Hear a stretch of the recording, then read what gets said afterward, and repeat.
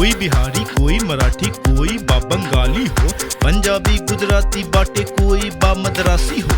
जब ऐनी ई देश में बबुआ, देश छोड़ परदेश में बबुआ। लड़का लड़की ऊंच नीच के भेद न कोई बा एहजा, जात न कोई पूछेला, बस काम के वैल्यू बा एहजा। काबा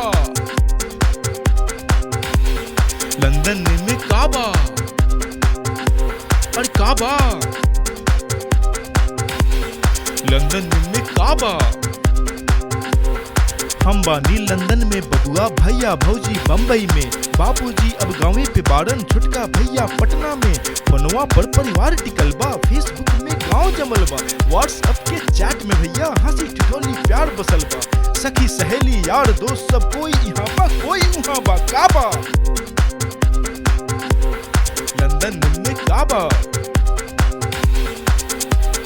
ए बबुआ रोजी और रोटी के खातिर लंदन अवनी, काम बनवनी नाम बनवनी, एक ठो छुटका संसार बनवनी।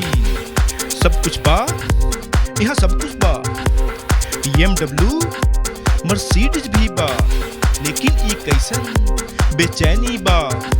दिल के कोनो छुटका कोनवा में तनिकाया जादे खालीपन बा। गाँवे छूटल, बाजार भी छूटल, सखी सखा परिवार भी छूटल, बम्बई छूटल, दिल्ली छूटल, जैसन की पूरा संसार ही छूटल। सब कुछ बा यहाँ, सब सुख बा, सब कुछ बा यहाँ, सब सुख बा। खेल तमाशा खूब बा इहुआ, बिन बादल बरसात बा इहुआ, 4 महीना निम्न मौसम, फिर बड़का अंधकार बा इहुआ। काबा लंदन में काबा, अरे काबा लंदन में काबा। ओक्का बुक्का 3 तरोक्का, लौआ लाठी चंदन काठी, कहाँ गइल ऊ बचपन के दिन, कहाँ प्यार बा नानी के बिन। मौसी न बाड़ी फुआ न बाड़ी, कहाँ मजा बा मामा के बिन।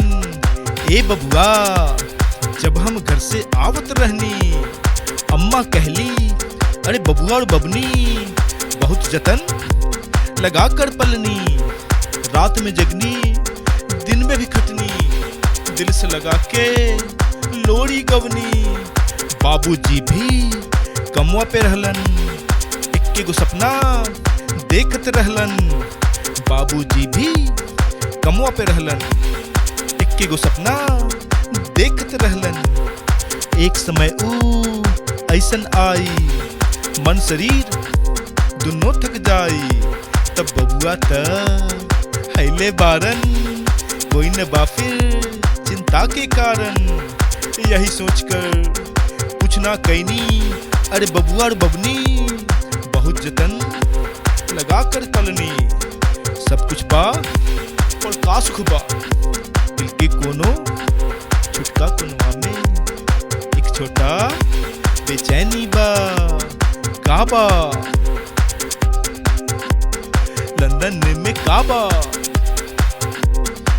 एहजा काबा लंदन में काबा।